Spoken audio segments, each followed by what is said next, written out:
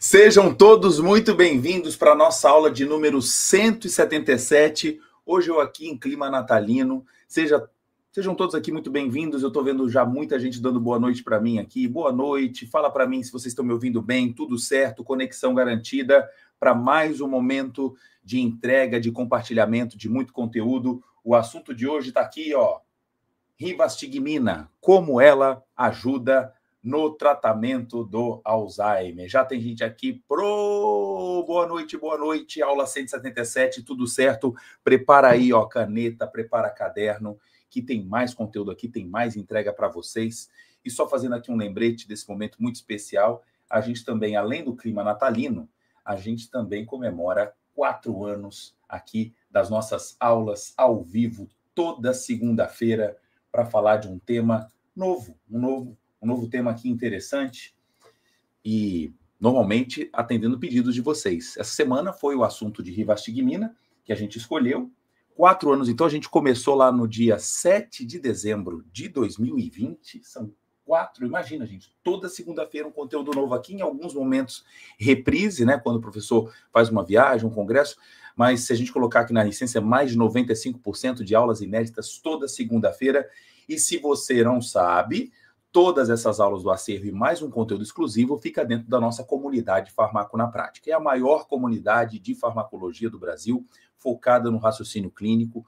Isso a gente teve uma ideia aí ao longo desses últimos 3 anos. Ela nasceu por quê? Porque percebemos que muitos profissionais, quando formam, não têm o acesso direto à farmacologia, tem preguiça para poder ler livro.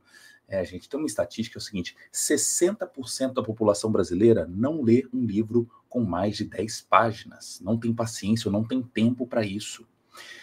Gente, no ano passado, 84% da população brasileira não comprou sequer um livro. Nós temos, então, nesse grupo também profissionais de saúde que falam, Thiago, não tem tempo. Quando eu vou pegar um livro, me dá vontade de dormir. Então, que tal uma forma diferente de você poder aprender farmacologia? Aqui, ó.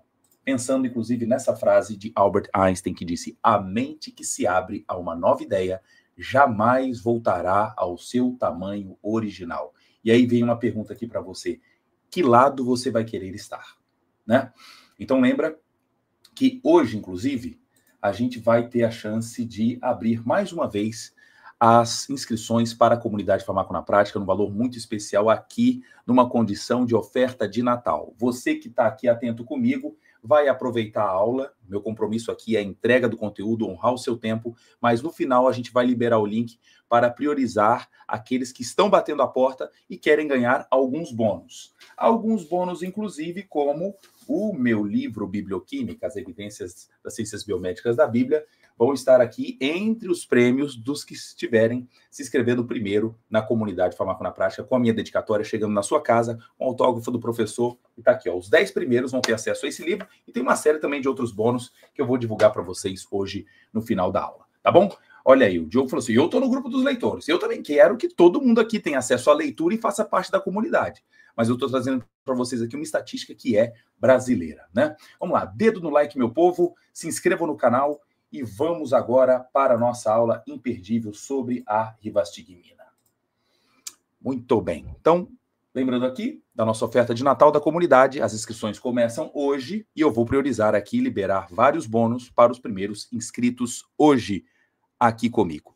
Sou o professor Thiago de Mello, professor de farmacologia, pós-doutor em farmacologia pela Universidade de Santiago de Compostela, na Espanha, com mestrado e doutorado em fisiologia pela Federal do Espírito Santo e graduado em farmácia na Federal de Ouro Preto. Atuo como pesquisador na Universidade de Vila Velha, aqui no Espírito Santo, na área de fisiologia e farmacologia translacional. Aliás, aqui uma vitória muito importante que eu preciso compartilhar com vocês. Hoje foi aceito um trabalho nosso que mostramos que a associação com o probiótico kefir é capaz de potencializar a resposta antidepressiva de pacientes resistentes ao uso da sertralina. A associação com o kefir trouxe uma melhora da resposta metabólica e também melhora dos índices antidepressivos utilizados aqui por uma escala chamada de Hamilton, que já se usa há tanto tempo na área da psiquiatria.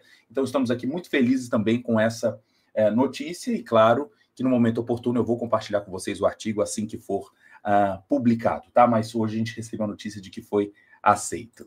Vamos lá. Então, nosso objetivo aqui sempre é trazer novidades para vocês e buscar o novo, tanto na área da pesquisa, trazendo conexões diretas com a área da farmacologia que está ao nosso redor. Nosso objetivo aqui sempre é incentivar o uso crítico, ético e racional dos medicamentos. Mas é claro que, em meio a essa aula, eu quero que você esteja assim abastecido de cultura e também com uma noção muito boa da área da fisiopatologia. Eu não poderia começar essa aula falando apenas da rivastigmina, porque talvez você já saiba algumas propriedades que ela tem, mas é preciso entender o contexto para saber que horas que essa bola pula e alguém vai lá e bate nela no ponto certo, né? Então, tá aqui a nossa aula. Ó, aqui a Beatriz pedindo uma aula sobre a Atenta. Nós já temos uma aula sobre a atomoxetina. Essa aula se encontra dentro da comunidade Farmaco na Prática. Já fizemos essa aula, tá bom? Vamos lá. Então, quando a gente fala a palavra demência, olha só, DE na etimologia é perda ou privação. Mente. O IA não é de inteligência artificial, não, tá? É uma condição. Então, veja, somando aqui os termos, seria uma condição da mente que está privada de alguns aspectos cognitivos, de memória, de comportamento, de personalidade, ou perda dela mesma, tá? E esse assunto de demência tem ganhado notoriedade em várias revistas de cunho biomédico, inclusive na The Lancet. Uma publicação de fevereiro de 2022 mostra um gráfico que é altamente preocupante. Eu queria que você compartilhasse com seus amigos. Quem é da comunidade Farmaco na Prática, esses papers também vão sendo disponibilizados para vocês como um acervo extra, né? O que a gente disponibiliza, claro, é a aula para você assistir, mas talvez você queira ler com mais cuidado aquele artigo em questão e vai, então, para vocês também como um presente.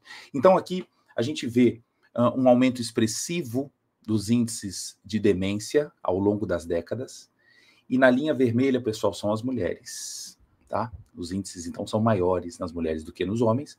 E essa soma, então, pretende chegar a mais de 139 milhões de pessoas em 2050. As progressões são muito temerosas. A gente não queria que chegássemos nesse nível. Alguns podem falar, ué, mas a gente vai ter mais pessoas idosas, então é por isso que aumenta a demência. Não é só isso. A gente está tendo muitos casos de demência precoce, né? E vários aspectos que contribuem para o quadro de demência têm inflado, né, esse dado estatístico. Então, isso é algo preocupante que a gente merece hoje também umas reflexões para tentar diminuir, frear esse processo de perda da atividade cognitiva. Perceba que até o momento eu não falei a palavra Alzheimer, porque doença de Alzheimer não é sinônimo de demência. Então, como é que a gente alinha esse conceito de demência ou Alzheimer? Vamos juntos aqui. Só para te dar uma ideia do Brasil, estou falando em demência geral, as progressões aí são de 206%, um aumento que está projetado aí até 2050, tá? Priscila, a gente pode ter uma aula específica para isso aqui. Hoje não vamos falar sobre castração química. Aliás, é um termo aqui muito forte que alguns acham que é irreversível. Não é assim. A gente pode separar um momento para falar sobre isso, tá bom? Então, quando a gente fala do aspecto da demência, e eu quero que você, inclusive, printa essa tela, eu vou sair dela aqui, ó, vou ficar aqui embaixo, para ficar melhor. Pensa agora, ó, alguns de nós podemos ter alguns lapsos de memória? Podemos ter alteração do humor? Um prejuízo de personalidade, talvez momentâneo, por uso de algum medicamento? Bebida alcoólica? Alguns. Julgamento, a capacidade? Comunicação e linguagem também dificultada? Comportamento? Resolver problemas? Perceba que em cada gota dessa, a gente pode ter um efeito que é reversível, ou ele pode se manter ao longo do tempo e ir aumentando.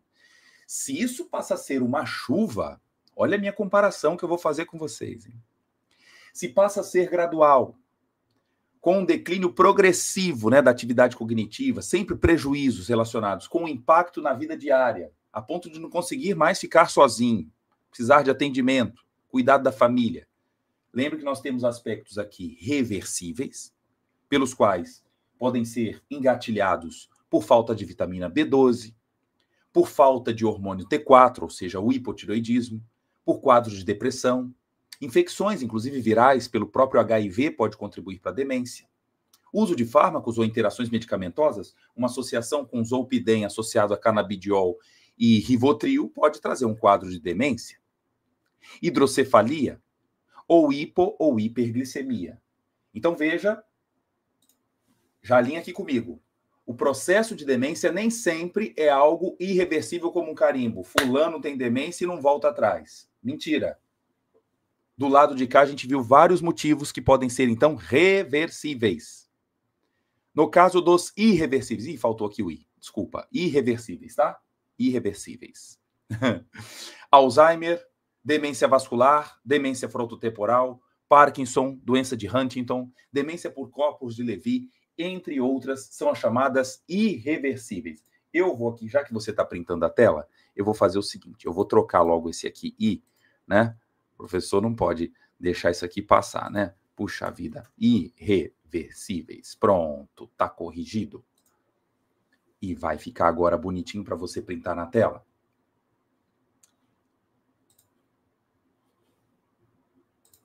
Aqui. Então, na nossa chuvinha, quem quiser, printa, aproveita. Irreversíveis. Reversível e irreversível. O Alzheimer se encontra entre as manifestações mais comuns da demência, mas ela faz parte agora do grande guarda-chuva. Então, não encare nunca doença de Alzheimer como sinônimo de qualquer tipo de demência. É a demência mais comum. Ok? Existem alguns fatores ainda desconhecidos, Cleusa. Um deles pode ser a falta do hormônio estrogênio, principalmente que se intensifica, né, após o climatério. Mas existem ainda perguntas extras nesse processo, tá? Aí, pronto. Vamos juntos. Então, quem quiser, printa aí a tela. Eu vou sair aqui um pouquinho e você aproveita e printa. Gostaram desse resumo? Acho que ele é importante para você já definir demência na sua mente. Então, quando observamos imagens como essa, veja que alguns tipos de demência fazem as pessoas ficarem muito dependentes de cuidadores, de parentes, como o próprio Alzheimer. Existem outros casos, como no Parkinson, que não é tão dependente assim. Dependendo da evolução, o indivíduo pode ter uma vida ainda bem controlada, mas tem um aspecto físico importante. Então, observa o quadro daqui para cá, ó, de mental para físico, Parkinson. Mais mental, Alzheimer, e caráter de maior dependência. Aqui, ó, essa chamada síndrome de Wernicke-Korsakoff se refere à falta de vitamina B1 e B6 e pode se manifestar num indivíduo que é alcoolista e que no hospital recebe glicose, mas recebe B1 e B6 para não manifestar essa síndrome que ela é reversível. Então, em vários tipos de demência, cada uma tem uma forma de tratamento, né? E a gente hoje vai ficar mais contido para o tratamento do Alzheimer em si. Embora a rivastigmina possa ter aplicabilidade terapêutica em vários tipos aqui de demência, desde que ela não seja causada por um quadro de hipovitaminose, ou seja, se o paciente tem falta de B12, repõe a B12. Se é falta de T4, repõe T4. Ou seja, o tratamento não vai ser com rivastigmina em qualquer processo de demência. Tá claro? Então, caminhamos. Observe as imagens aqui que são, às vezes, um pouco assustadoras. A gente vai observar aqui o cérebro de um indivíduo normal, com o córtex preservado, os seus sulcos, a substância branca também preservada, rica aqui em mielina, diferente de um paciente com Alzheimer, que a gente já vai vendo aqui maior espaço entre os sulcos. A gente vai percebendo que o tamanho dos ventrículos, isso aqui não é do coração não, né, gente? Ventrículo também existe no encéfalo. Então vemos aqui, ó, um aumento dos ventrículos e também uma redução da região do hipocampo. Então, em exames pós-mortem, passa a ser mais fácil caracterizar um indivíduo que tem uma doença de Alzheimer. Agora, existem alguns marcadores moleculares que definem o Alzheimer? Vamos ver como é que está essa história em 2024. Então, nas próprias publicações recentes, já se sabe que existem alguns marcadores importantes.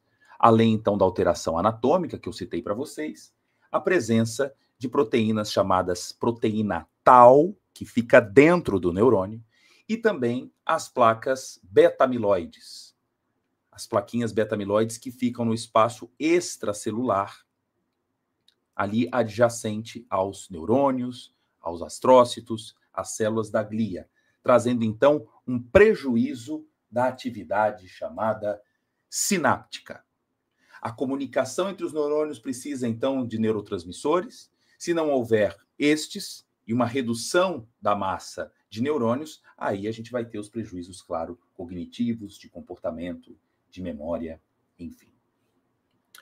Ok. O carro dá algum sinal para a gente quando o óleo está baixando. Mas será que o paciente com Alzheimer, eu preciso esperar os momentos da perda total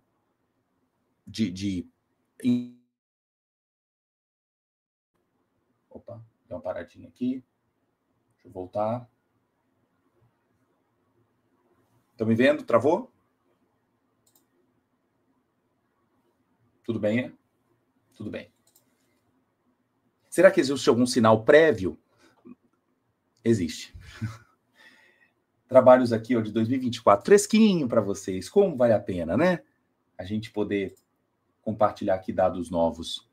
New England Journal of Medicine mostrando que existem biomarcadores que precedem o Alzheimer 20 anos antes. Como as proteínas que eu falei para vocês,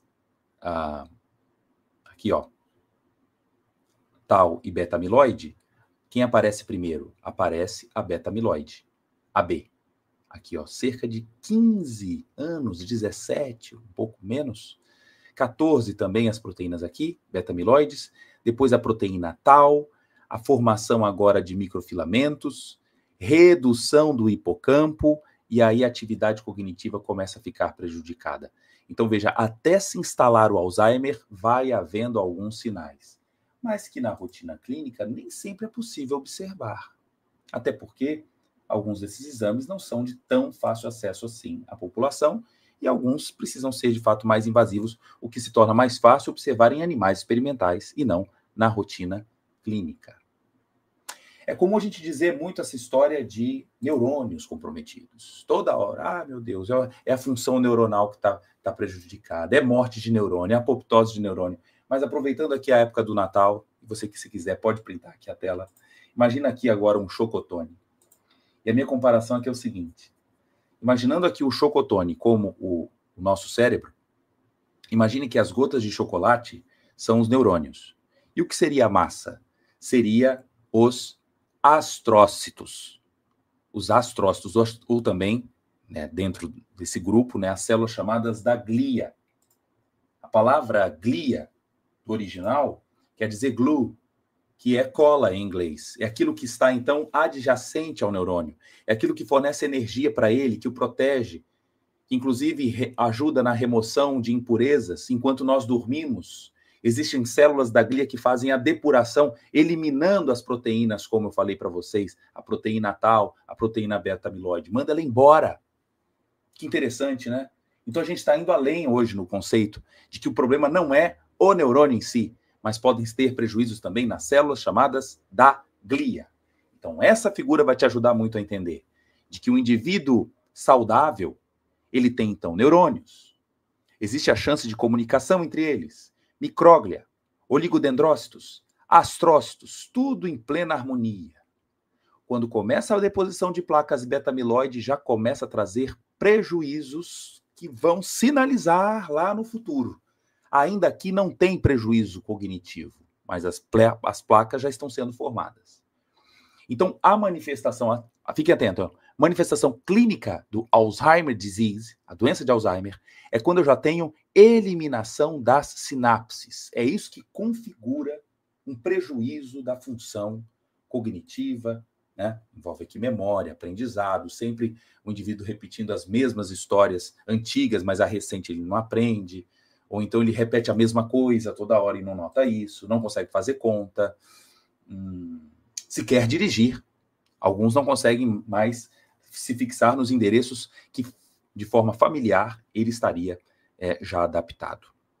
Então, lembre que eu não tenho apenas prejuízos neuronais, mas também das células da glia. Então, faça essa comparação aí com o chocotone.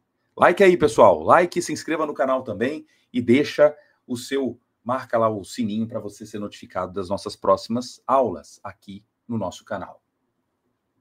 O indivíduo aqui, ó, com o neurônio saudável, tem, então, preservado a função sináptica. Isso que eu quero chamar a atenção. Mas com o excesso da produção de proteínas tal e beta-amiloide, prejuízo de sinapse, isso tem que ficar marcado na sua mente.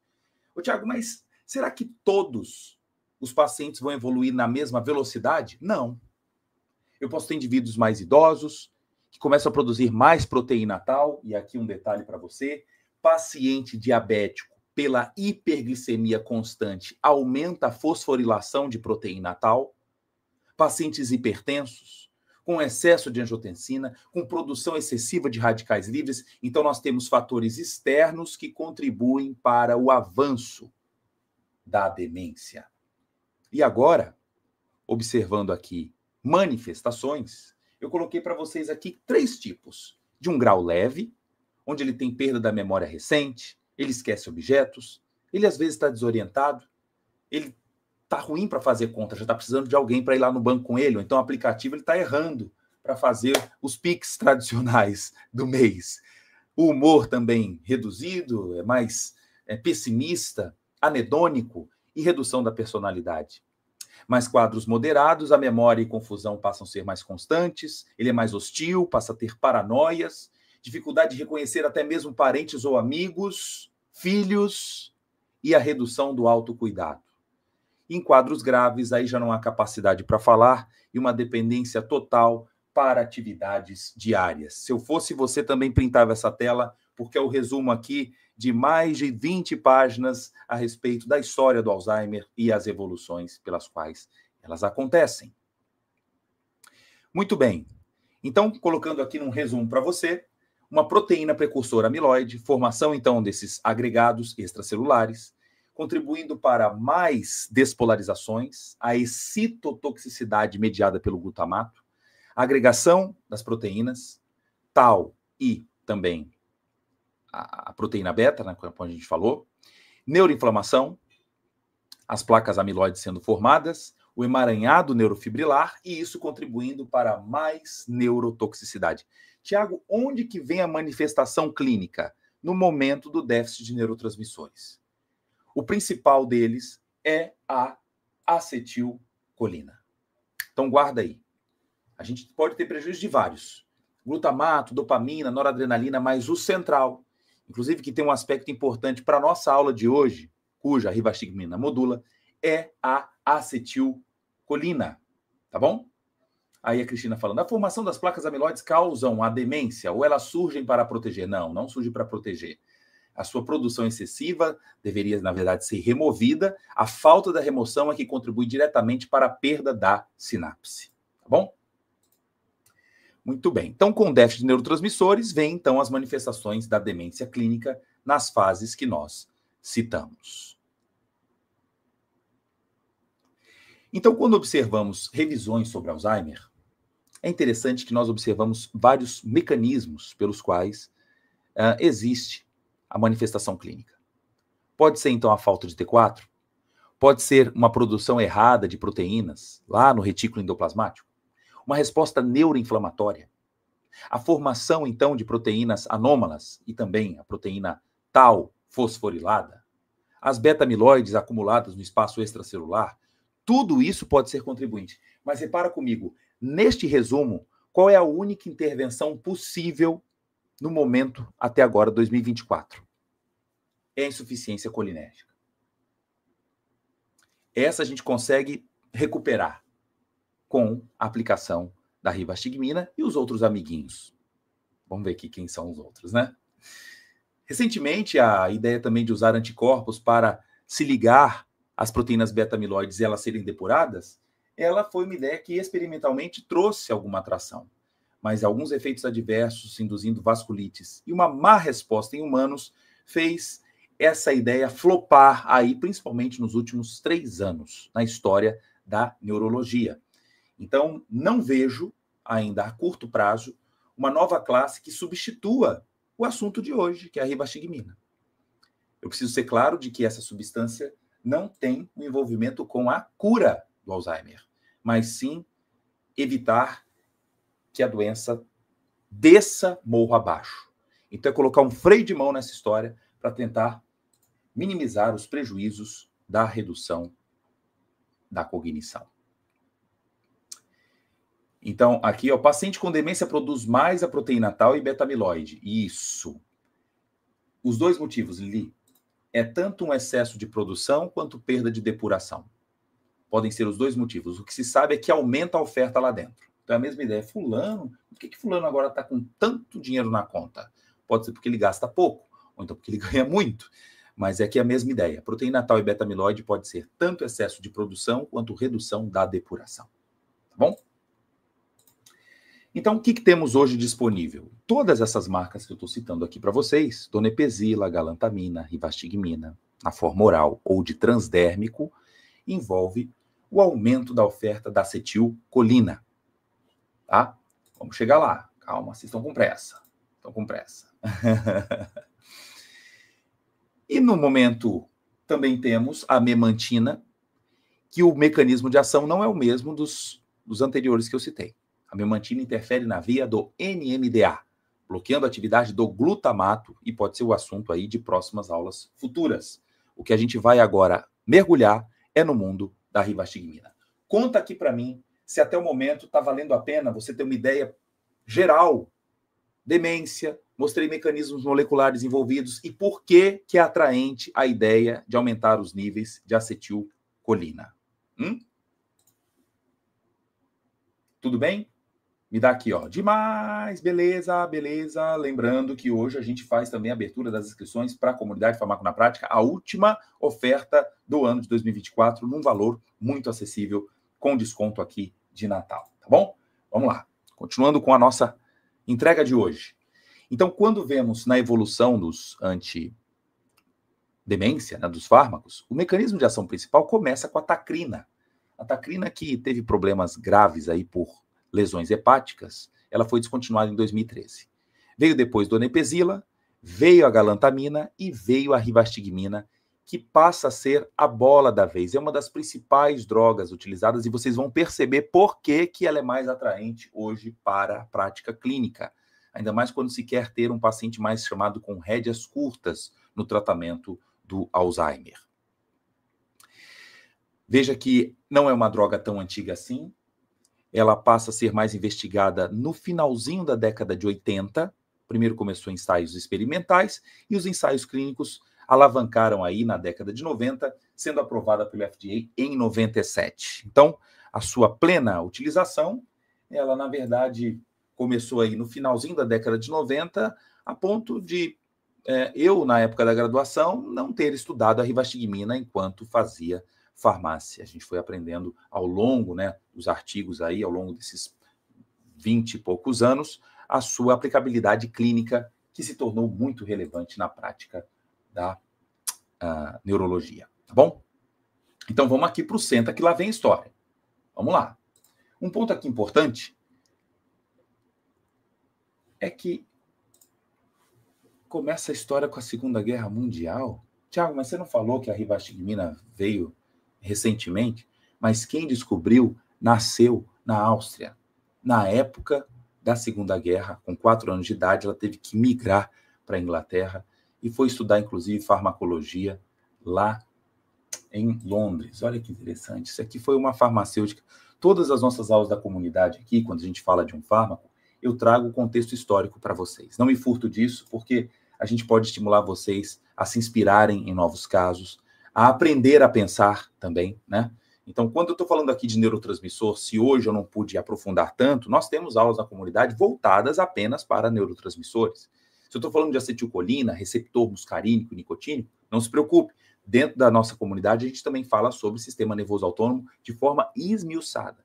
Então, o objetivo aqui, todo dia, você colocar uma nova peça dentro desse quebra-cabeça, tá? Então, a história dessa pessoa que descobriu a rivastigmina foi uma história curiosa, porque ela foi para a Inglaterra e, em 69, mudou para Israel. Ela é de uma linhagem do judaísmo, é judia, a sua família, e ela começou a trabalhar na Universidade Hebraica. Olha aí. Ela é chefe da Escola de Farmácia da Universidade Hebraica, do Instituto de Pesquisa de Medicamentos na Faculdade de Medicina, doutora Martha Weinstock Rosen. Alguém já ouviu falar desta mulher?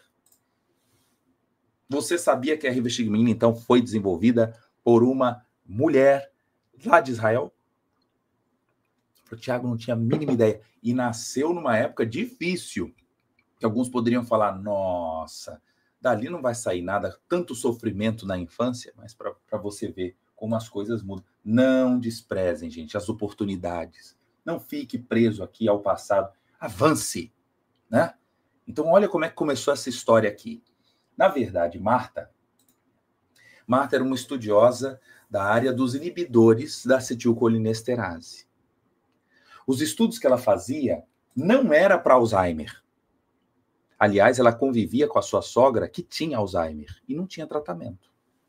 Ela chega agora a tratar da sua sogra com medidas paliativas. Mas fazendo pesquisa em animais, ela fazia estudos da região do tronco cerebral, avaliando como que a morfina poderia causar depressão respiratória. Usava morfina, o animal rebaixava. Falou, puxa vida. E ela percebeu que quando a oferta de acetilcolina aumentava no tronco cerebral, ela bloqueava um pouco a ação dos opioides. Isso foi atraente para ela, porque ela falou, poxa, eu posso aqui usar um fármaco para aumentar a acetilcolina no tronco cerebral e fazer com que ele não tenha depressão respiratória. Eu vou manter a analgesia da morfina, mas eu vou bloquear o principal motivo pelo qual os animais e as pessoas também vão a óbito pelo uso dos opioides. Só que o tiro, que foi pensado lá para pegar a lua, bateu nas estrelas. Ao fazer os ensaios para aumentar a acetilcolina, o que essa mulher percebe? Que os níveis de acetilcolina aumentavam muito na região do córtex e na região do hipocampo. E não aumentava tanto na região que ela queria, tronco cerebral. E ela relata, olha a frase dela. Ela fala assim, eu entrei na biblioteca, fui ler um artigo da Science, recente, e vi que a causa principal do Alzheimer era a falta de acetilcolina na região cortical e do hipocampo. Eu falei, meu Deus do céu. Ela falou, vou mudar a rota. Então, veja, nem tudo aquilo na nossa vida que é um resultado negativo é para a gente ficar esmorecido. Não. Lembra? O otimista espera sempre que o vento mude. O pessimista fica ali, reclamando. E o realista, ele faz o quê? Ele ajusta as velas. Foi o que ela fez. Ela ajustou. Olha aqui. Vamos ver. Esse é o artigo. Eu fiz questão de buscar onde está o artigo que conta essa história. Aqui de 91. Ela fazendo estudo com os animais da morfina. Isso aí, ó. O acaso favorece as mentes bem preparadas. É isso aí. Então, aqui ela mostra que os carbamatos poderiam aumentar a oferta de acetilcolina, mas, olha aqui, a oferta no córtex e no hipocampo era muito alta, inclusive com doses menores da droga que ela usava. E aqui, quem quiser o texto, eu vou ler para vocês rapidamente. Diz assim, 1 minuto antes de desistir completamente daquela molécula, ela foi à biblioteca, encontrou por acidente um exemplar da revista Science. Sempre fui fascinada por ciência. E de repente, ou talvez tenha sido uma mensagem do céu, li que o Alzheimer é caracterizado por uma deficiência de acetilcolina no hipocampo e no córtex pré-frontal, e cuja ausência está, de certa forma, relacionada ao comprometimento cognitivo. Lembro-me de estar ali, sem alguém para conversar, mas corri para o laboratório e disse a mim mesma, preciso fazer uma mudança de direção. Será que você hoje também precisa dessa frase assim? Tá batendo na tua cabeça? Preciso mudar minha direção. Eu preciso ajustar as minhas velas. Se inspire na história de Marta, a judia. Características químicas e farmacocinéticas da rivastigmina. O peso molecular dela não é tão alto, é de boa absorção, possui uma certa lipossolubilidade.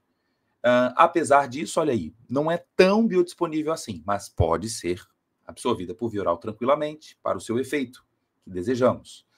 É bem distribuída e liga-se pouco a proteínas plasmáticas. A meia-vida é curta. É bom lembrar isso. Pode ser um pouquinho maior se for na forma de transdérmico, dos PETs. Então veja aqui uma informação nova. Nem sempre o tempo de meia-vida é o mesmo dependendo da via de administração. Isso aqui é um bom exemplo no caso da rivastigmina, que chega a uma meia-vida média por via oral de 1 hora e no PET 3,4. E a biotransformação, aí uma novidade, não depende de CIPs. Olha que interessante. Não precisa aqui de conjugação com ácido glicurônico. Então, qual é a importância aqui da rivastigmina para os idosos?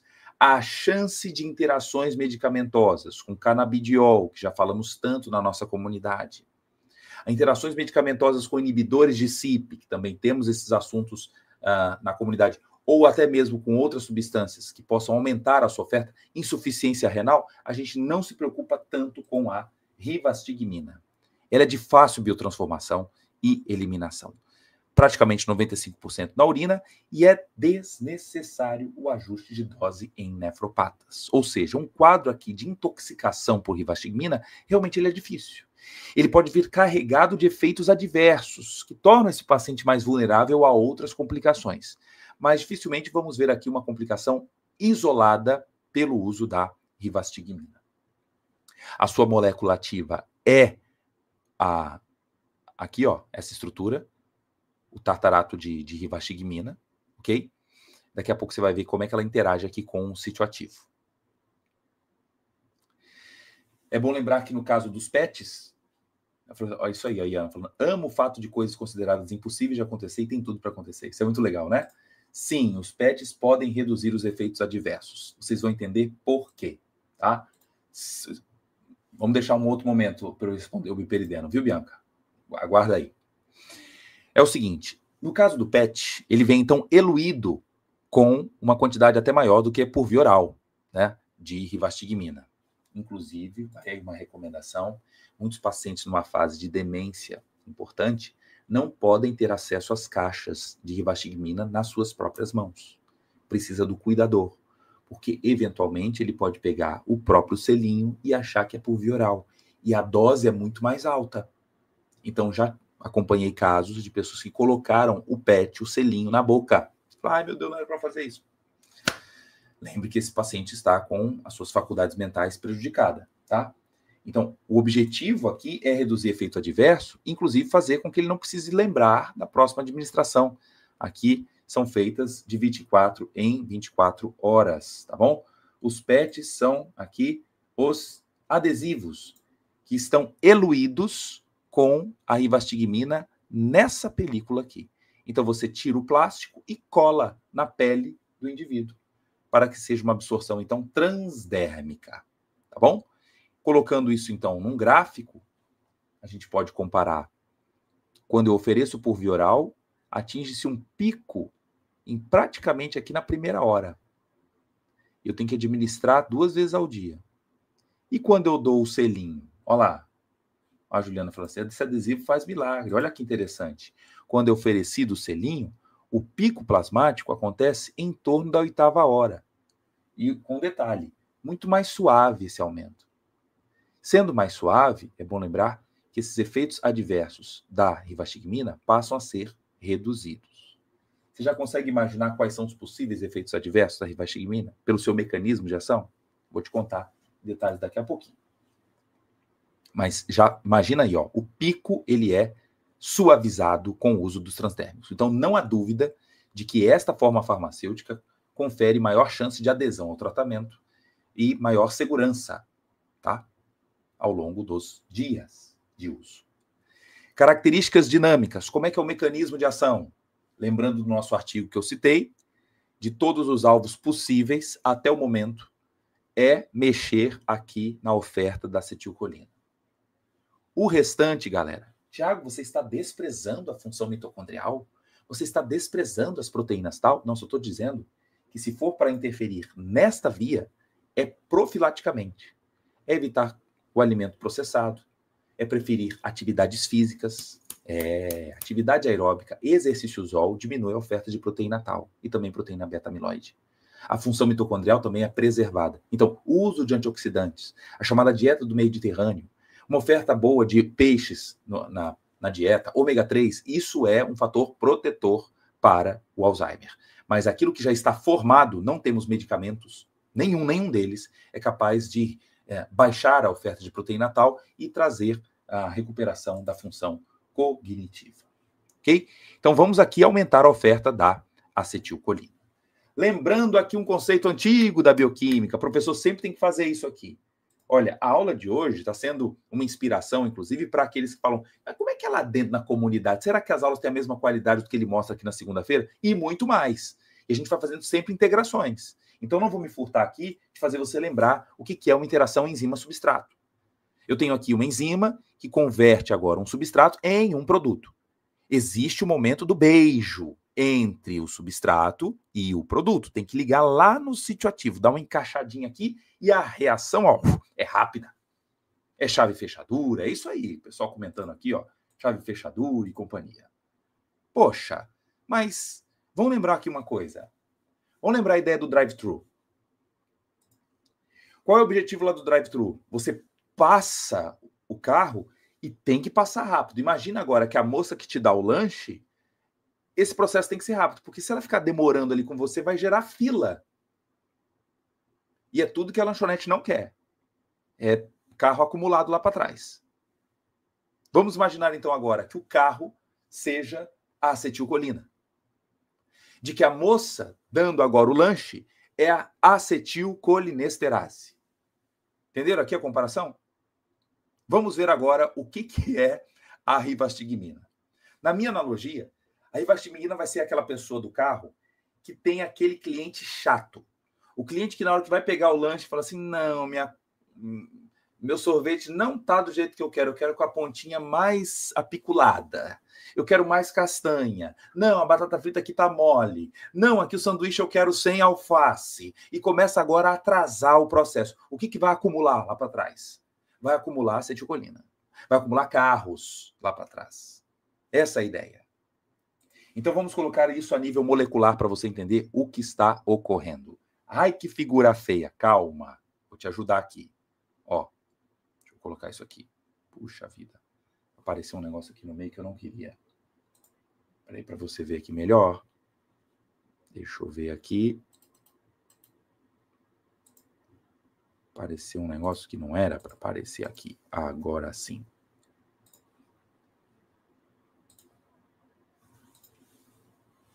Eu tenho aqui a minha enzima, essa parte meio achurada.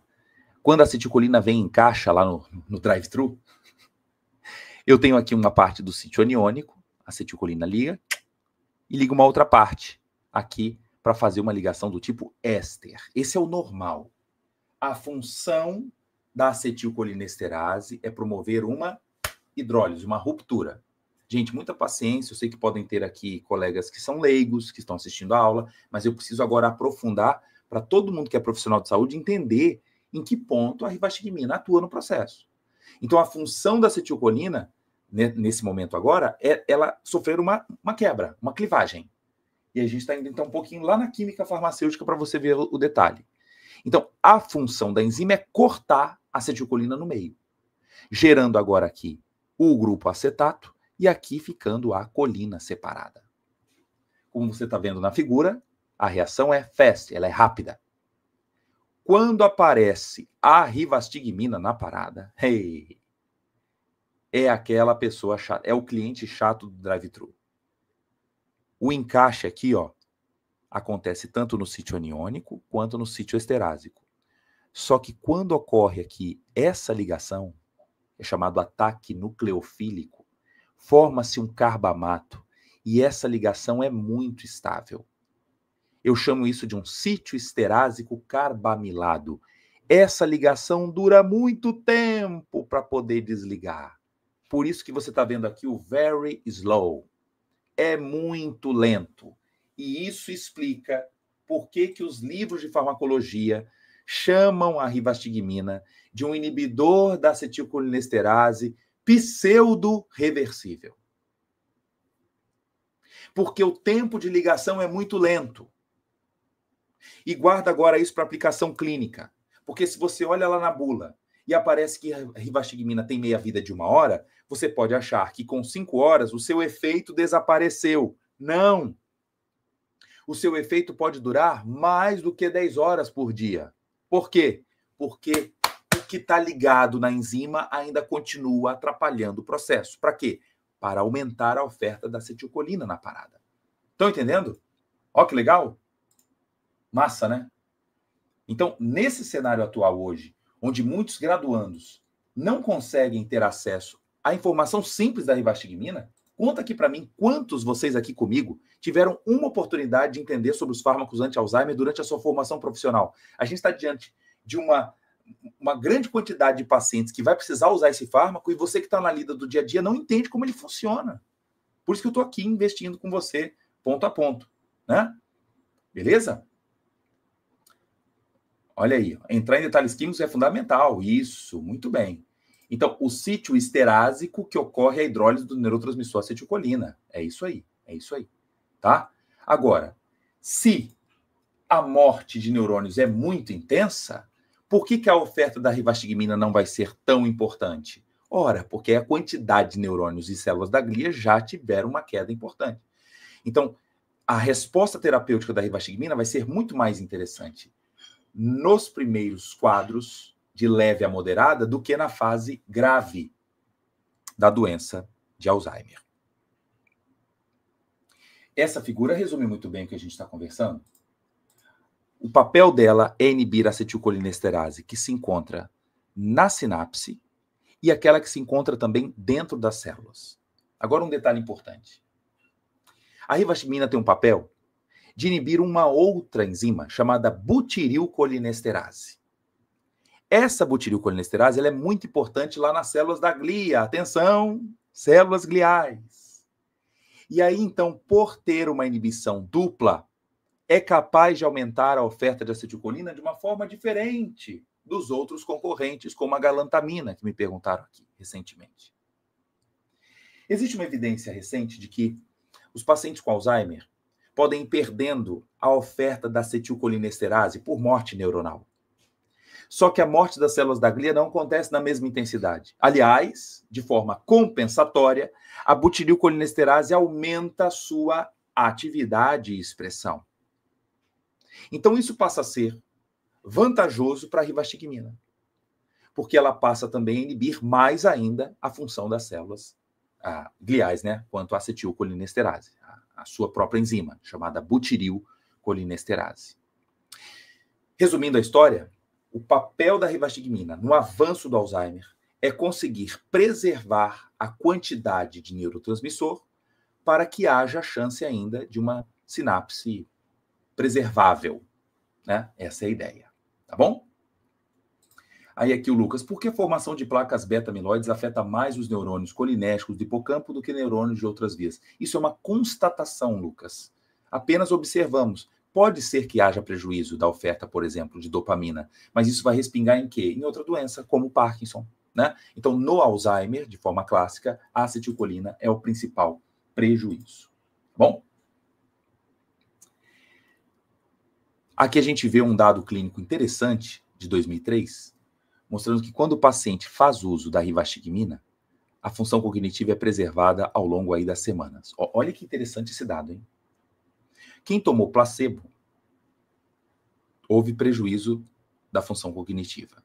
Só que esse estudo, ele foi estabelecido de ter que fazer a troca dos grupos no meio do tratamento. Quem tomava placebo vai ter que tomar rivastigmina.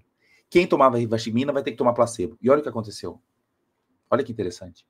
Quando houve a troca e passou agora a usar placebo, a função cognitiva de quem era tratado caiu e de quem tomava placebo melhorou. Olha que interessante. E se continuasse tomando placebo, cairia ao longo das outras semanas, havendo aqui, ó, deterioração.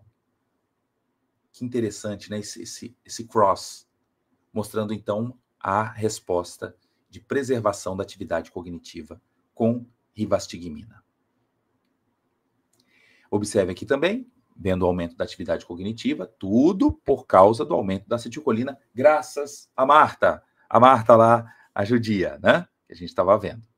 Então, olhando aqui no resumo, lembre que a manifestação do Alzheimer, ela ocorre por gatilhos genéticos, pela idade, por fatores cardiovasculares. É por isso que existe uma relação tão forte entre hipertensão, diabetes, outras doenças como a própria obesidade, como contribuinte do Alzheimer, estresse e depressão, restrição do sono, alcoolismo, tabagismo e também inflamações, exposições a solventes orgânicos e traumas, como vimos aí recentemente alguns quadros de lutadores de boxe também evoluindo para quadros neurodegenerativos. Mas nós temos aqui um lado que você pode escolher qual é a via que você quer para poder preservar a sua função. Printa aí a tela, aproveita. Printa, ó, vou sair aqui da tela de propósito. Printa a tela, aproveita. Dá uma olhada aí. Hein? Printou? Aproveita. É isso aí. Então, a indicação terapêutica é para quem a rivastigmina? Presta atenção.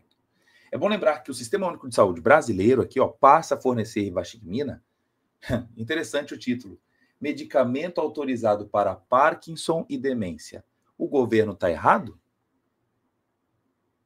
Tiago, na aula toda, inclusive o título dela falava sobre rivastigmina para Alzheimer, mas pode ser usada para Parkinson? Lembra que no processo de demência que eu mostrei para vocês, Alzheimer não é o único ponto. Estava abaixo do guarda-chuva uma série de exemplos. E é bom lembrar que no Parkinson, a rivastigmina também pode ser útil para aumentar a oferta de acetilcolina. Olha que interessante. Então, isso foi mais recente, tá? Inclusive, as indicações terapêuticas da rivastigmina em bula, né, não é um tratamento off-label, é para demência leve a moderadamente grave, tanto Alzheimer quanto a doença de Parkinson.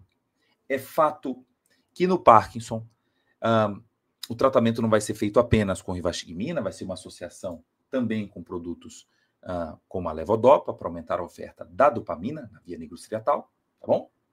Eu estou vendo aqui a Juliana perguntando, e a nestigmina não faria o mesmo efeito? Não, tem um detalhe.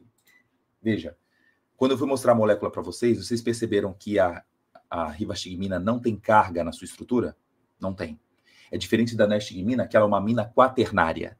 Então, por ter uma carga positiva, ela não atravessa a barreira hematoencefálica. Por isso que a aplicabilidade terapêutica de nestigmina é ser um reversor dos bloqueadores neuromusculares e jamais ser usada para quadros do Alzheimer.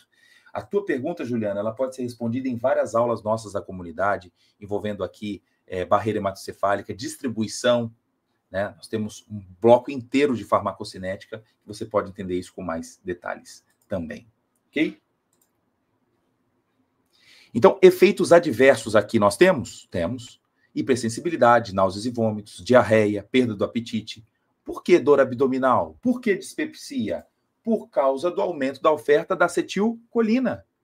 Lembra que esse efeito também pode respingar em efeitos periféricos, principalmente se for comprimido. O transdérmico, a chance dessas manifestações, ela é de fato menor, porque a oferta de rivastigmina no trato gastrointestinal vai ser pequena comparado à via oral, tá bom?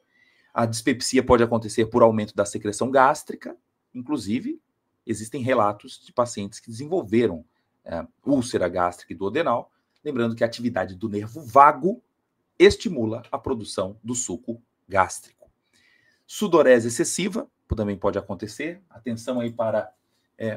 vai pegar na mão do idoso e de repente fala, a mão está gelada, está fria. Isso pode ser uma resposta das glândulas sudoríparas que dependem da atividade da acetilcolina. Se você tiver dúvidas sobre esse aspecto, mas por que a acetilcolina faz mais sudorese?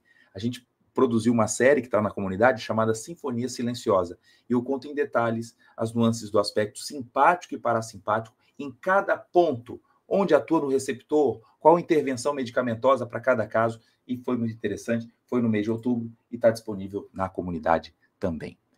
Efeitos extrapiramidais também podem ser gerados por conta do excesso da acetilcolina, isso aqui principalmente em pacientes que usam antieméticos como metoclopramida, como bromoprida e antipsicóticos, atenção. Ansiedade, agitação, confusão e pesadelos comum pelo excesso da acetilcolina e, eventualmente, quadros de insônia. Então, nesse desbalanço aqui, alguns pacientes passam a ter quadros de insônia e outros sonolência. O mais comum é insônia. Depressão pode vir associado, mas também muito confundido com a própria doença de Alzheimer.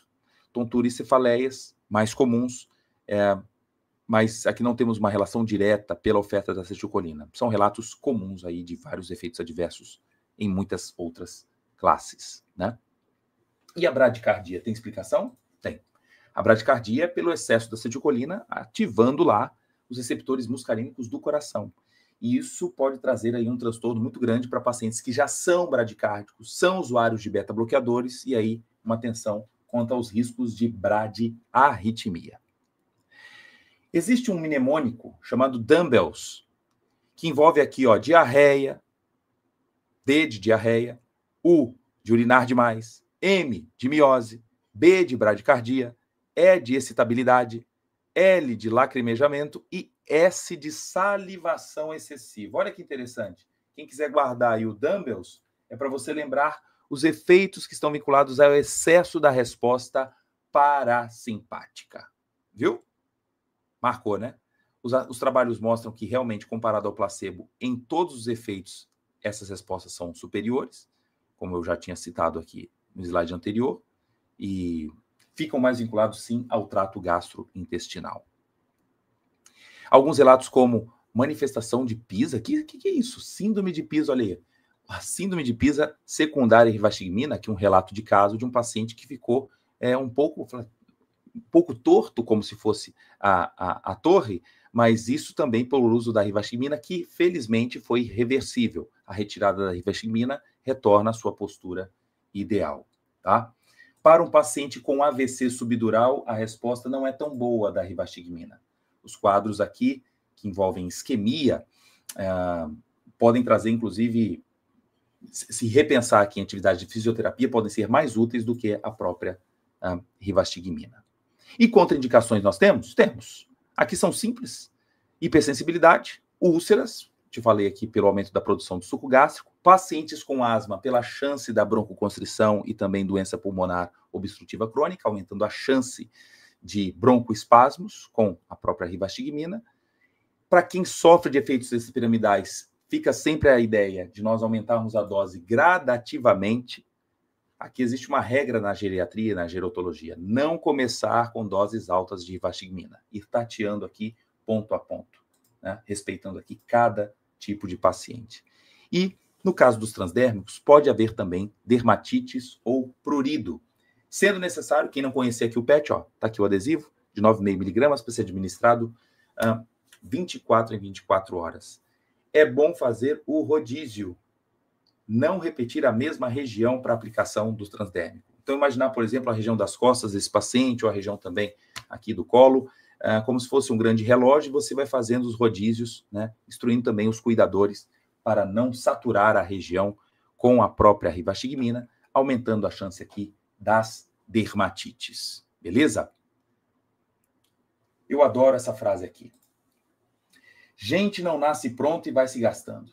Gente nasce não pronta e vai se fazendo. Conta para mim, você que estava aqui comigo na aula agora. Eu vou fazer questão de tirar várias dúvidas de vocês ao longo da aula ainda. Fica comigo aqui para a rivastigmina. Mas quantos de vocês tiveram acesso para entender sobre esse fármaco durante o seu crescimento profissional? Fala aqui para mim. Quantos de vocês tiveram essa chance? Talvez aqui muitos falaram, nunca tive essa aula. Sabe por quê? O assunto de Alzheimer, ele não está classicamente nas ementas. Muitas ementas da farmacologia têm uma carga horária muito reduzida e vocês vão sendo bombardeados de informação por classes terapêuticas.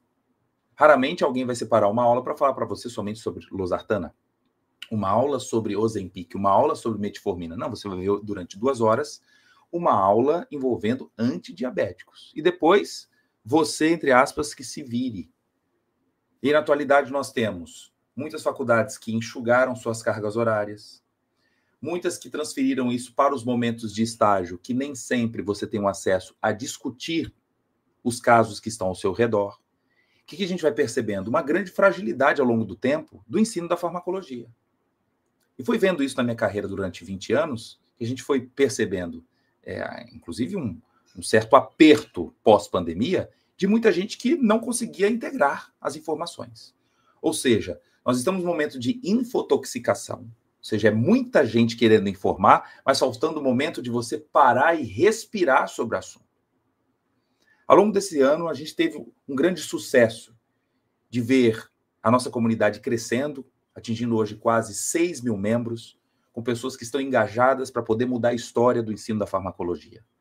Pessoas que, quando me procuraram em 2021 e 2022 e quiseram entrar na comunidade, falaram, professor, eu quero aqui mudar o meu rumo. Eu, numa visão aqui de alguém extremamente realista, eu não posso esperar que o vento mude. Eu preciso ajustar as minhas velas. Pessoas que recentemente mandaram recados para mim, como esse que eu vou mostrar para você aqui agora. Observa que relato prazeroso eu encontrar uma notícia dessa aqui. Professor, eu sou tímida com vídeo, mas aqui vai um texto de agradecimento. A farmacêutica que lhe conheceu em 2022 não é a mesma de 2024. Quanto amadurecimento e aprendizado que consegui obter com você. A todos os dias, graças às aulas, às formações e tudo que a comunidade nos proporciona, posso atuar com mais segurança na área clínica hospitalar. Hoje mesmo consegui auxiliar a equipe médica com uma intervenção farmacêutica valiosa. Muito obrigada por esse professor e mentor fantástico, seus ensinamentos são eternos. Essa aqui, ela falou, Tiago, eu não dou conta mais de tanta prestação de serviço que eu estou tendo na minha cidade e de convites que eu tenho para assumir outros cargos, mas eu não dou conta. Essa outra colega falou, professor, eu estou saindo de um hospital, eu já trabalhei por muito tempo, fui muito feliz lá, mas agora estou atingindo novos alvos e recebo agora, recentemente, essa notícia. Professor, tudo bem? Passando para partilhar uma grande alegria, consegui me recolocar no mercado de trabalho. Você farmacêutica clínica, num hospital aí, né? Talvez você conheça. Albert Einstein, em São Paulo. Começo agora em novembro. Tá? Então, assim, são notícias que a gente vê as explosões de possibilidades, os oceanos azuis que essas pessoas estão adquirindo, em poder abrir um consultório farmacêutico, atender as pessoas. Os pacientes estão precisando de tratamento medicamentoso, sim, mas muitos estão perdidos quanto às possibilidades de interações que existem. Nós temos uma geração hoje de profissionais que estão percebendo que é importante voltar à base da farmacologia. Sabe aquilo que aconteceu há 20 anos com a área da nutrição? Onde muitos médicos nem tocavam no assunto farmacêutico. Muita gente falava assim, não, alimentação é uma coisa assim muito... Hoje você vê uma série de profissionais que valorizam entender mais sobre a bioquímica dos alimentos. E por que isso não acontece com a farmacologia? Por que eu tenho que valorizar sempre um bisturi, ou então uma intervenção mediada por laser, mas quando eu vou falar de fármaco, falar, como funciona? Sei lá, é assim. E passa para frente. Não consegue fazer a integração com os exames laboratoriais. O que a gente fornece na comunidade é muito mais além do que a farmacologia, porque integramos os assuntos. A gente traz à tona tanto o conhecimento da farmaco raiz, quanto também as coisas adjacentes. O que são as coisas adjacentes? Entram aqui a parte da semiologia, de interpretação de exames laboratoriais, da toxicologia, da microbiologia. E cada semana mais conteúdo novo, como vocês aqui me pedem, né? Então, estou explicando aqui agora como que funciona essa aqui a comunidade. Estão gostando da aula? Olha que honra aqui. Nós temos vários colegas, não são apenas os farmacêuticos, os médicos do Brasil, tem gente de fora, tem médico do Uruguai aqui conosco, né? Então, vemos hoje profissionais que chegaram lá na ponta. Eu sou especialista da área de psiquiatria, mas, Tiago, eu estou tratando pessoas que tomam também antipertensivos e mexem com o humor delas. Eu preciso agora retornar à minha área acadêmica. Seja muito bem-vindo à comunidade, que é essa plataforma como se fosse um Netflix da farmacologia. Eu vou andar aqui por dentro um pouquinho da comunidade para vocês terem ideia como é lá por dentro, para aqueles colegas que ainda não conhecem. Tá aqui. Deixa eu entrar aqui, deixa eu ver se deu certo. Deixa eu mostrar pelo vídeo, vai ser melhor. Aqui pelo vídeo.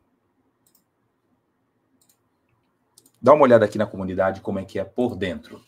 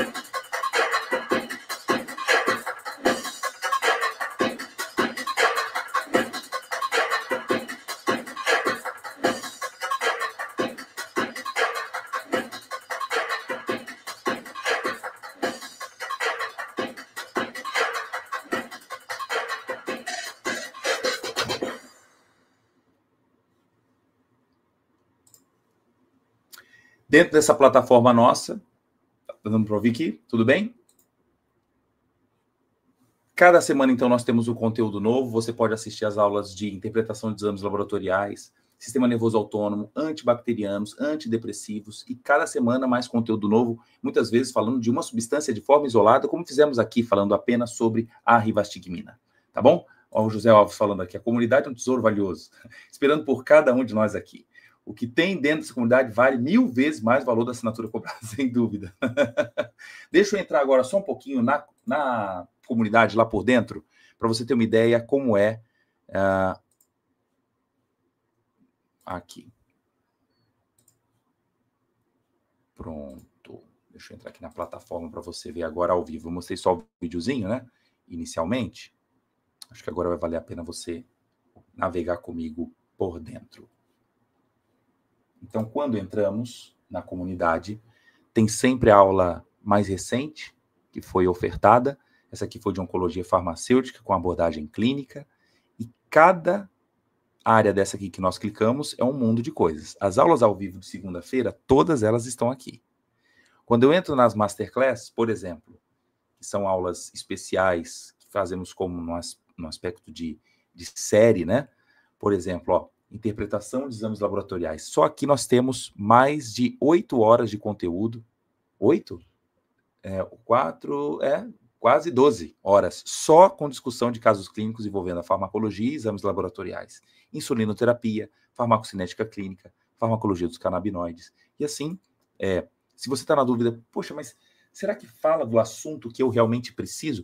Se você clicar aqui nessa lupa, aqui, ó, digamos que eu quero saber sobre a semaglutida. Coloquei aqui, ao vivo. Semaglutida é o Ozempic, né? Então, será que nós temos aula? Já separa ali para você, ó. Aula 66, 144, 66 aspectos aqui sobre a semaglutida, para você assistir de forma isolada e ter uma opinião agora formada e não apenas aquela coisa jogada de alguém falar para você que o Ozempic emagrece. Eu mostro com a base na fisiologia para você entender o que é GLP. Você fala, pô, mas nunca entendi GLP. Vai na aula minha de fisiologia, sistema digestório. Nós temos um bloco inteiro para você entender sistema digestório, começando lá da boca ao ânus, mostrando aspectos hormonais, do peristaltismo, o que é complexo de Meissner, complexo de Auerbach, secreção gástrica, secreção pancreática, vesícula biliar, como é que funciona, em detalhes. Eu sei que muita gente entra na graduação e de uma forma muito imatura fala, eu não preciso de fisiologia, não preciso de farmácia. Aí forma, aí tá com canudo na mão e agora cheio de perguntas. Vai fazer pós? Passa essa aula, dá mais ou menos aí 6, 8 horas de aula, e fala, ainda não consegui recuperar. Dá tempo de você fazer isso e reprogramar toda a sua carreira estando comigo aqui na comunidade Farmaco na Prática, tá? Beleza. Então agora, quantas aulas de segunda? Só mostrar aqui para vocês. Só mostrar mais uma coisinha aqui na aula de segunda-feira.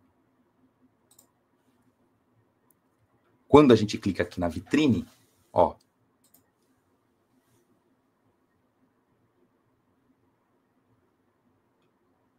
Cliquei. Todas as aulas de segunda estão aqui, ó.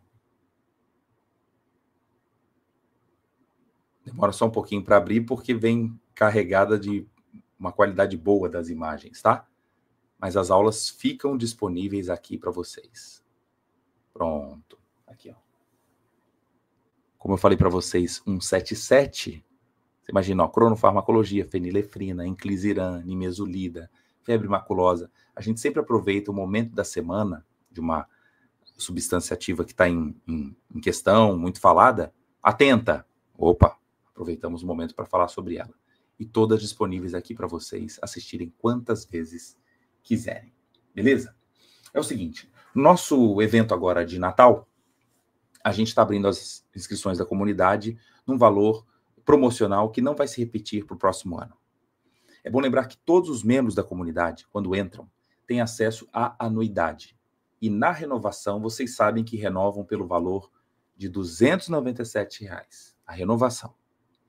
Para você entrar na comunidade, o valor cheio dela, por todo esse conteúdo que nós temos, toda a qualidade, toda a entrega de mais de 3 anos de conteúdo sendo adicionado ali na comunidade, o valor de R$ 1.297. R$ 1.297.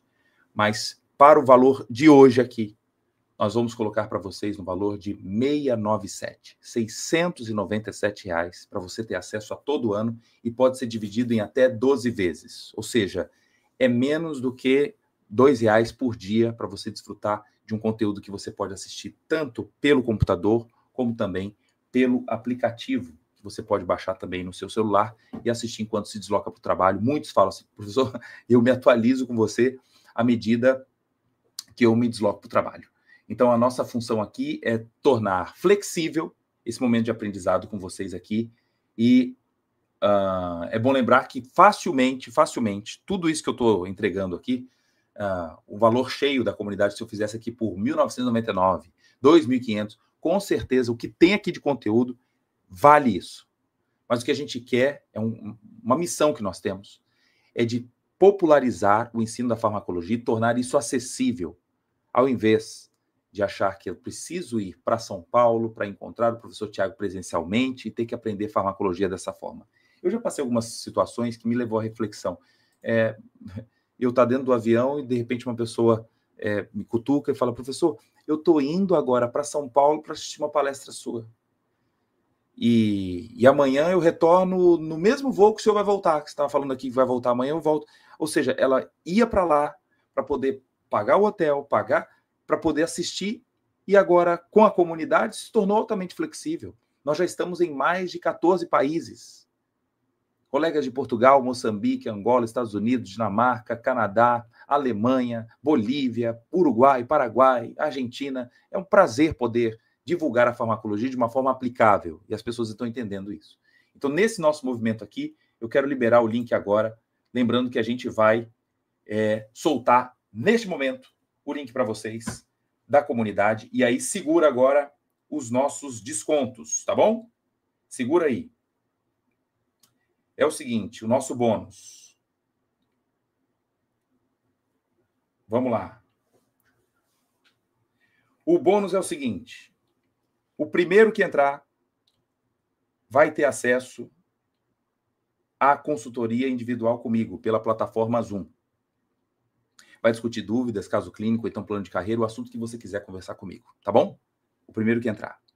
Os 10 primeiros inscritos, inclusive o primeiro, vai ter acesso ao livro Biblioquímica, autografado e com dedicatória, vai para sua casa. Você vai passar o endereço para mim, a gente vai divulgar aqui os 10 primeiros inscritos.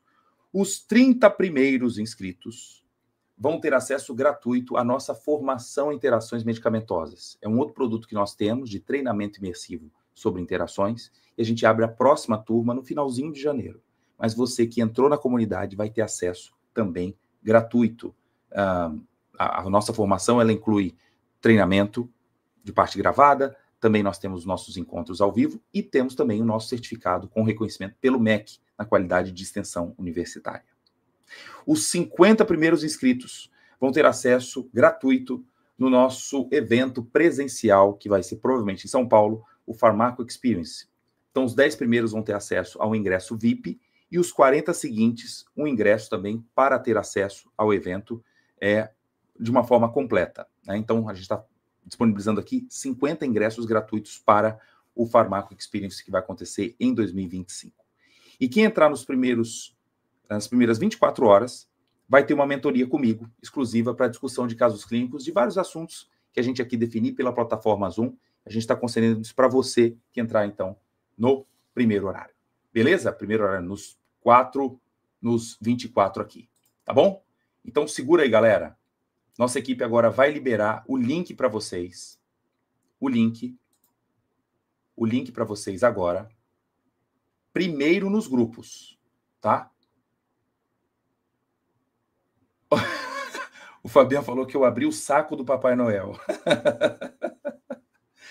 Então, primeira coisa, lembrando, é um desconto que a gente não vai voltar. R$ 1.297 é o valor que teríamos de acesso à comunidade, o valor hoje, R$ 697. Podendo ser dividido em até 12 vezes. Ok? 12 vezes. esse link agora para você vai ser disponibilizado primeiro no link do grupo do WhatsApp, da galera que já entrou, dos pré-inscritos. A gente vai priorizar a galera que já estava lá. Vocês são demais. Enquanto isso, eu vou tirando dúvida aqui de vocês a respeito da rivastigmina ou também dúvidas sobre a comunidade, tá bom? Ó, tem gente aqui querendo o livro.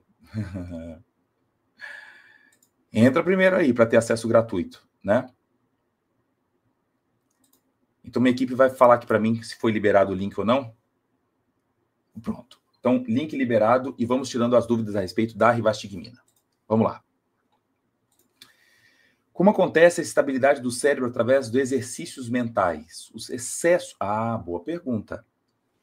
É que o ponto da estabilidade envolvendo a despolarização é uma coisa. Só que a atividade física libera também as chamadas miocinas. E uma dessas miocinas, como a irisina, ela facilita também a produção de uma substância chamada BDNF. BDNF, o fator neurotrófico derivado do cérebro, que aumenta a plasticidade cerebral. Plasticidade cerebral. Então, é uma falsa ideia achar que, nossa, então eu não preciso excitar tanto o cérebro, senão ele vai ter toxicidade. Calma, calma. Atividade física, só se for indivíduos em overtraining, que leva a uma função mitocondrial excessiva, e aí a gente não quer produção em excesso de radicais livres. Mas exercícios aeróbicos regulares, atividade também muscular, facilita a produção do chamado BDNF. BDNF. Nossa equipe também liberou aqui agora o link para vocês, tá bom? Então, link liberado nos grupos e link liberado aqui para vocês agora, tá bom? Tá aqui. Pode ser. O link tá aqui. Pronto. Respondendo as perguntas agora. O Marcos falando que já renova há 2 anos a comunidade. Quem tá entrando, coloca aqui para mim para eu dar as boas-vindas para vocês, tá bom? Tirando dúvida.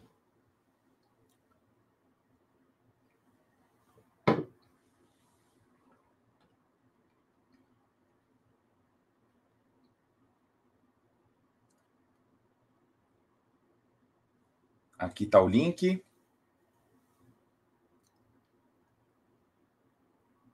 Tá dando erro? A equipe vê se está dando erro aí. Só confirma para mim. Às vezes é um probleminha de conexão. Ou então, no site. Deixa eu ver. Confere aí, equipe, se está dando erro alguma coisa. Lidiane, nós temos diversos exemplos de colegas que fizeram prova para concurso e passaram. Recentemente, eu dando uma palestra em São Paulo, uma colega falou, eu te agradeço por ter passado na Marinha. A outra falou, passei como professora de farmacologia na USP, já tinha o doutorado, fazendo as aulas da comunidade, ajudou muito para que pudesse passar também concurso público.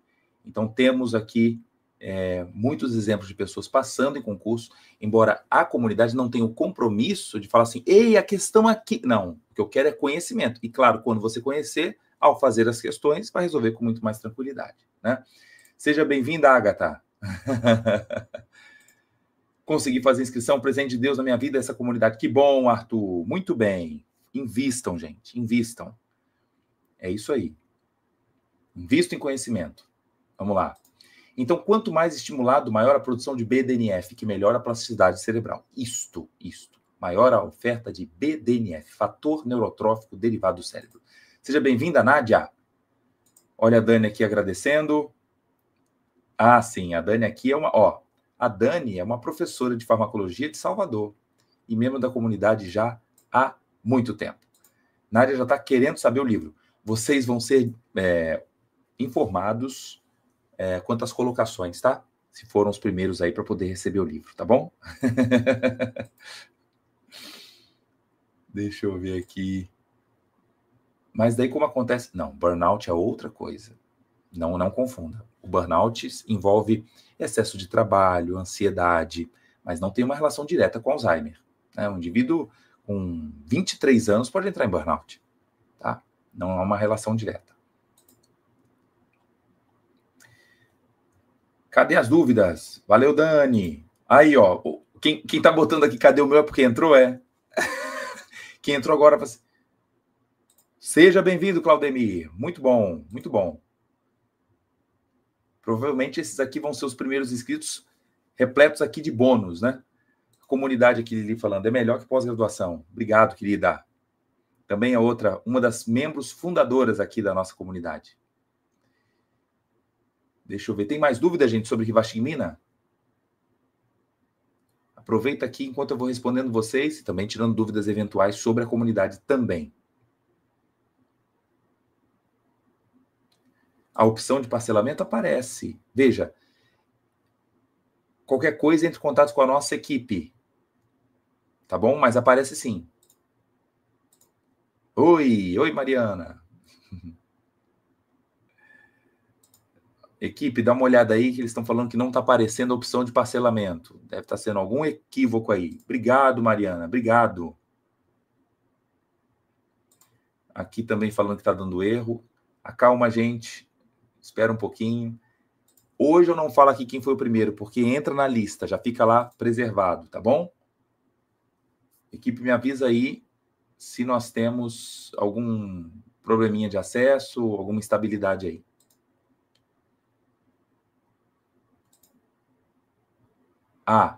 Para que haja parcelamento, você precisa selecionar a opção de cartão de crédito. É isso.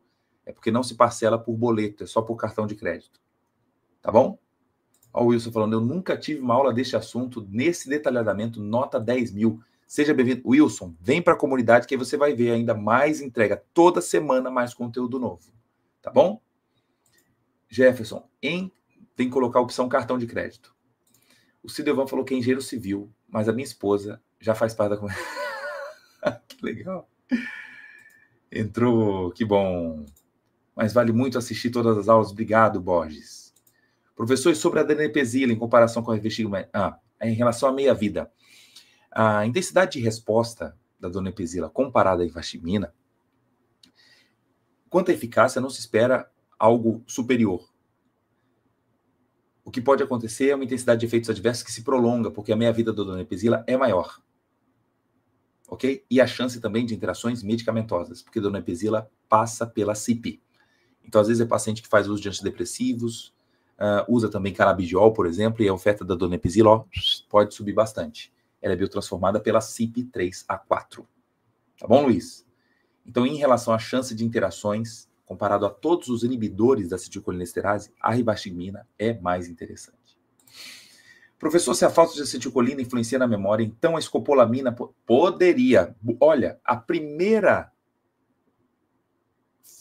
o primeiro ponto de investigação, Fabiana, nasceu por estudos com escopolamina em animais, mostrando que o bloqueio de receptores muscarínicos comprometia a função cognitiva. E foi daí que se observou a falta de acetilcolina no Alzheimer. Então, de fato, explorar a via anticolinérgica em pacientes com demência não é interessante. Citaram aqui em cima para mim sobre o biperideno, não é interessante. É aumentar a oferta da acetilcolina. Tá bom? Jacirene, 297, a renovação. Tá bom? A Nelly falou que se apaixonou pela farmácia após assistir às lives. Não entra na comunidade, pois é da publicidade. Ô, Nelly, nós temos vários propagandistas da área farmacêutica que estão conosco, viu? Na comunidade.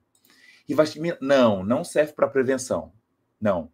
Aí você só tem efeitos adversos, não contribuindo para poder evitar a formação de beta-amiloide ou proteína tal. Aí é medidas terapêuticas como exercício, boa dieta, mas não entrar com rivastigmina previamente. Ok? O uso de medicamentos para Alzheimer pode provocar soluço? Qual que você está citando? Memantina ou a própria rivastigmina? O que causa muito soluço, e é bastante comum a gente observar, é a dexametasona. Né? Como corticoides, isso é comum. Pode usar rivastigmina para síndrome de Lewy? Pode. É um tipo de demência muito mais raro do que Alzheimer e pode ser usada. Então, a função da rivastigmina no Alzheimer é aumentar a oferta de acetilcolina no meio para preservar a comunicação entre os neurônios ainda que sobrevivem. Então, se a produção é reduzida, a gente inibe a enzima, que é o degradador, né? O GARI. Você tira a acetilcolinesterase da jogada para aumentar a oferta de acetilcolina no meio. E manter, então, a chance da comunicação sináptica. Não sei se você estava no início da aula, Mariana, mas lembra que a definição de Alzheimer não é morte neuronal, mas o prejuízo da atividade sináptica. Então, quando a gente aumenta a oferta da acetilcolina, a gente consegue ainda recuperar boa parte da função cognitiva. Tá bom? Quem tiver problema, a gente atualiza a página de pagamento, dá um F5, atualiza a página e faz de novo, por favor. Pode ser que esteja entrando também muita gente no mesmo link e haja uma certa... igual agora a história da enzima substrato, né? Aí você atualiza e vê se conseguiu entrar, tá bom? Existem alimentos que interagem com a rivastigmina? Não, não. A gente tem que evitar aqui os produtos processados, aqueles que aumentam a oferta de radicais livres, mas não há nada que comprometa a função da rivastigmina. Donepezila é usado como freio no avanço ou como freio? Qualquer inibidor da acetilcolinesterase, Ana, é freio. É freio. Ele não previne. Tá bom? Interação relevante com estatinas? Rivastigmina não. Por quê? Porque não tem efeito de modulação de CYP, não é inibidora de CYP, não aumenta a oferta de estatinas. Não, não há essa relação. Amigo, você só vai parcelar via cartão de crédito. Por boleto não se parcela. Tá bom? Aí o sistema que não libera. Manda meu livro. Veja, o livro ele vai para os 10 primeiros inscritos. Então vai sair a lista. Se você estiver entre os 10 primeiros, o livro vai para você. Ok. Pode ser usado com rivastigmina? Não faz sentido, Annalise. Quando se usa donepezila, você vai ver com frequência a associação com memantina, que é explorar dois mecanismos de ação diferentes. Inibição da acetilcolinesterase e bloqueio da via glutamatérgica. Mas somar dois inibidores vai aumentar a chance de enjoo, de secreção gástrica, de diarreia. Não vale a pena. Não vale a pena. Beleza? Vocês vão ser informados a sua posição e a nossa equipe vai entrar em contato. Vocês, na hora do cadastro, colocam o telefone, né? E o e-mail. Então, vocês vão ser informados. Em idosos polimedicados, é melhor usar rivastigmina do que donepezila. Menor chance de interações. Tá bom? Falando em livro, alguma notícia? A notícia de interações, a gente vai ter provavelmente esse livro em 2025. Tá bom, Fabiano? Você tá ansioso, né? Para comprar o livro, o Biblioquímica, cadê ele? Entre em contato comigo pelo direct do Instagram, Farmaco na Prática, e eu libero para vocês lá uma janela de contato. Esse livro vai ser disponibilizado para os 10 primeiros inscritos aqui de hoje, da comunidade, tá bom? Para quem estava dando problema, a gente reenviou um novo link. Dá para testar. Isso, já tem gente conseguindo. É o seguinte, foi feito um novo link para alguns que estavam aqui tendo problema no acesso. Então, cliquem aí de novo, por favor. Tá bom? Nossa equipe liberou. A equipe pode disponibilizar aqui o link novo? Para botar aqui abaixo? Me conta. Vamos lá, gente. Pelo menos 200 likes. Não tem mais do que 200 hoje? É possível. A memantina é usado como um tratamento para quadros que evoluíram uma situação mais grave. Não é nem leve nem moderado. De moderado a grave, a memantina entra. Qual é a proposta? Bloquear o receptor chamado NMDA, diminuindo a atividade glutamatérgica. Glutamatérgica, tá bom? Professor, estava com a dúvida... ok, já respondi. Para renovar, quando chega na sua data, Luciana, você é informada para fazer a renovação com desconto, tá? Lembrando que todos que entrarem hoje conseguem também as renovações futuras de 297. A gente não promete isso para o ano que vem. Vai haver um reajuste da comunidade, até porque toda semana conteúdo novo, já são mais de 450 horas de conteúdo e tudo atrelado à prática clínica. Ok? Estão pedindo aqui um aplicativo de interação. Podemos pensar nisso. Eu já entrei na comunidade por outra promoção. Ok, seja bem-vinda. Beleza, Marli, agora é curtir. Quem já está dentro da comunidade é igual a história do filho pródigo, né? A gente está aqui de braços abertos para poder receber aquele que estava perdido. Quem já está lá dentro já pode desfrutar e continuar assistindo, estar conosco em todos os nossos encontros e, claro, aperfeiçoando o seu conhecimento de fármaco, servindo melhor os pacientes e também adquirindo conhecimento para poder abrir consultórios, principalmente na área de farmácia, né? Que lida com medicamentos para poder entender mais sobre interações, resolver problemas dos pacientes. Alguns que estão militando na área do ensino.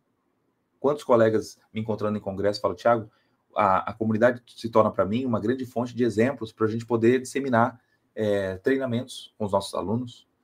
Alguns que são chefes também de setores falam, olha, eu preciso fazer um treinamento de drogas vasoativas, mas eu tenho dúvida. Vou lá na comunidade e assisto. Então, o que a gente quer aqui é proporcionar para vocês uma educação continuada, preenchendo as lacunas de conhecimento da farmacologia, que passam, às vezes, despercebido, e você, na hora do aperto, vai buscar o quê? Se for para comprar um livro de farmacologia, um livro aí tradicional, é em torno de 300, 400 reais. Você tem acesso à comunidade com conteúdo muito mais rico do que um livro, claro, porque aqui envolve a experiência de um pesquisador que transmite para vocês conhecimento, que está honrando o teu tempo. Em 1 hora de conteúdo, quanta coisa você aprendeu aqui sobre a rivastigmina. Pega qualquer livro de farmacologia, com todo respeito, e leia sobre a rivastigmina. Não passa de 3 páginas sobre o assunto. Beleza, tá fixado no chat aí o link, tá bom? Beleza. O livro, para quem está na comunidade, me procura pelo direct do Instagram e eu compartilho com vocês. Quem está cansada para estudar é mais um motivo de estar na comunidade, porque as aulas são divididas em partes. Você assiste os primeiros 20 minutos, cansou, volta depois, fica lá a bolinha parada, igualzinho o Netflix. Então, não tem motivo hoje para você falar que está cansada, que não precisa de certos assuntos. Aliás, aqueles que querem ficar estagnados na profissão, aí não é o nosso compromisso ter você na comunidade. A gente quer pessoas que queiram avançar para buscar novos alvos, para dizer, eu quero um 2025 que seja muito diferente, tá bom? Aí, ela já quer o ingresso. Se ela estiver entre os 50 primeiros, sim. Beleza. Nós temos também uma aula que eu vou programar para vocês já no início de 2025, que é uma aula de direcionamento. A gente tem algumas aulas dentro da comunidade que é para poder mostrar para vocês tudo que você pode desfrutar dentro da plataforma. Alguns entram e podem ficar assim, querendo saber como começar, né? Então, deixa eu mostrar aqui. Ó. Olha que legal. Essa aula aqui, ó, comece por aqui. Como utilizar a comunidade? É uma aula introdutória que eu te ensino como navegar nela e buscar informações importantes. Mas eu já me comprometo de, no início de 2025, já fazer uma aula aqui de alinhamento nova, mostrando como que eu posso trilhar aqui o meu caminho para poder aprender mais sobre farmaco. Tiago, se comporte aqui como se fosse um aluno de graduação no 3º período. Por onde passar? Não, professor, eu já sou pós-graduado e quero aqui alinhar meu conhecimento de farmacologia renal. Vou te dar os caminhos. Então, a ideia é trazer esse alinhamento para várias pessoas que estão em diferentes fases da vida. A comunidade não tem aqui o aspecto de trazer um conhecimento apenas para quem está no beabá. Para quem está no beabá tem um começo. Para quem já está lá na frente, também tem outras formas de você alinhar esse conhecimento. Tá bom? Deixa eu ver aqui nos comentários. Eu assisti uma Masterclass de interpretação. Isso, Saulo. Você que assistiu a interpretação, você assistiu uma aula, né? Só de interpretação nós temos 4 aulas diferentes dentro da comunidade Farmaco na Prática. Só que isso é só uma parte.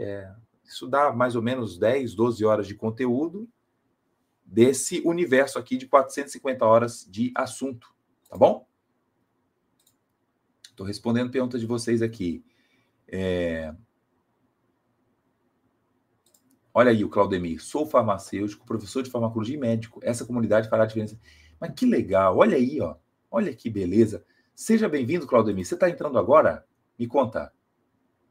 Matheus perguntando como se tornar um pesquisador. Bom, para ser pesquisador e você ter chance de concorrer a agências de fomento para poder ter acesso a um recurso, prestar depois serviço, né, desse recurso que foi concedido, é necessário que você conclua o doutorado. Então, para ser pesquisador de fato, ter um laboratório, desenvolver pesquisa, passa então, termina a graduação, faz o seu mestrado e depois conclui o doutorado. Esse é um caminho bastante comum. Mas enquanto você não tem o doutorado, você pode estar anexado a um grupo de pesquisa, desenvolver pesquisa, mas sob gestão de alguém, de um head, que esteja ali te acompanhando. É o nosso caso aqui, na Universidade de Vila Velha, nós temos um laboratório chamado de Fisiologia e Farmacologia Translacional, onde eu sou um desses heads. Tem também a professora Bianca, o professor Elisado Corral Vasques, e nós orientamos alunos de iniciação científica, mestrado, doutorado e pós-doutorado. Esse é um caminho comum. Olha aí, o Claudemir falou que entrou agora, me conheceu no Congresso do Conselho Federal de Farmácia. Que legal, que legal. Beleza. Gente, olha só. Os 50 primeiros aqui já foram, mas ainda dá tempo de você ganhar o bônus das 24 horas. Então é o seguinte. Lembra os 50 que eu falei? Esse já fechou. A galera das 24 horas é a galera que vai ter acesso à minha mentoria também de discussão de casos clínicos. Lembrando que nesse valor a gente não vai repetir para 2025. Então, se eu fosse você, não é por conta desses bônus que você vai falar, agora eu vou entrar só ano que vem, porque o valor não vai ser o mesmo. Já estou dizendo aqui.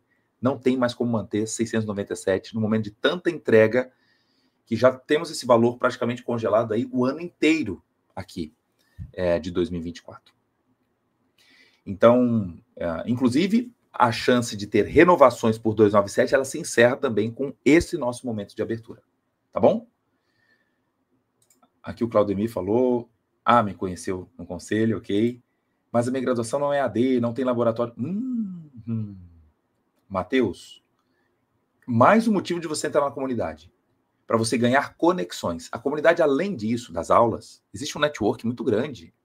Pessoas que você pode conhecer e traçar aqui planos futuros para você fazer uma iniciação científica no futuro próximo, tá? Mas isso é um prejuízo grande, viu? Não ter acesso ao laboratório durante a sua formação profissional.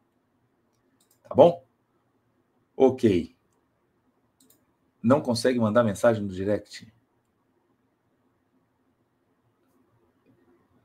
Entre em contato, por favor, comigo pelo direct. Quem não está conseguindo ter acesso pelo link, pessoal, por favor, entre em contato comigo lá pelo Instagram. Eu ajudo vocês. Tá bom? O valor de 297 é para quem está renovando. Para quem está renovando. Quem entra hoje, entra no valor de 697. No ano que vem, quando você for renovar, renova por 297. Estou respondendo aqui. O valor hoje de desconto é R$ 697 para ter acesso ao ano inteiro da comunidade. Ok? Quando você for renovar, você vai renovar por R$ 297. Ok? Já respondi aqui. Ok, tem conteúdo. Interpretação de exames laboratoriais. Nós temos muitos colegas que são proprietários de laboratórios, estão na lida do laboratório e fazem a nossa masterclass de interpretação para poder melhorar também esse conhecimento da área clínica.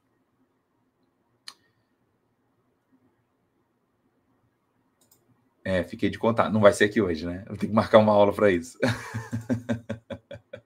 Ok? Obrigado por tudo. Fechamos, então, aqui a nossa aula 177. Tiramos dúvidas sobre rivastigmina. Espero que você tenha gostado. Espero vocês agora para a aula 178. Quando vai ser? Guarda aí, que eu vou te contar. Obrigado por tudo. E lembra das inscrições da comunidade que a gente vai deixar um tempinho aberto. As primeiras 24 horas você tem acesso também a um momento de discussão de caso clínico comigo, gratuitamente. Tá bom? Obrigado por tudo, gente. Fiquem com Deus. Até mais.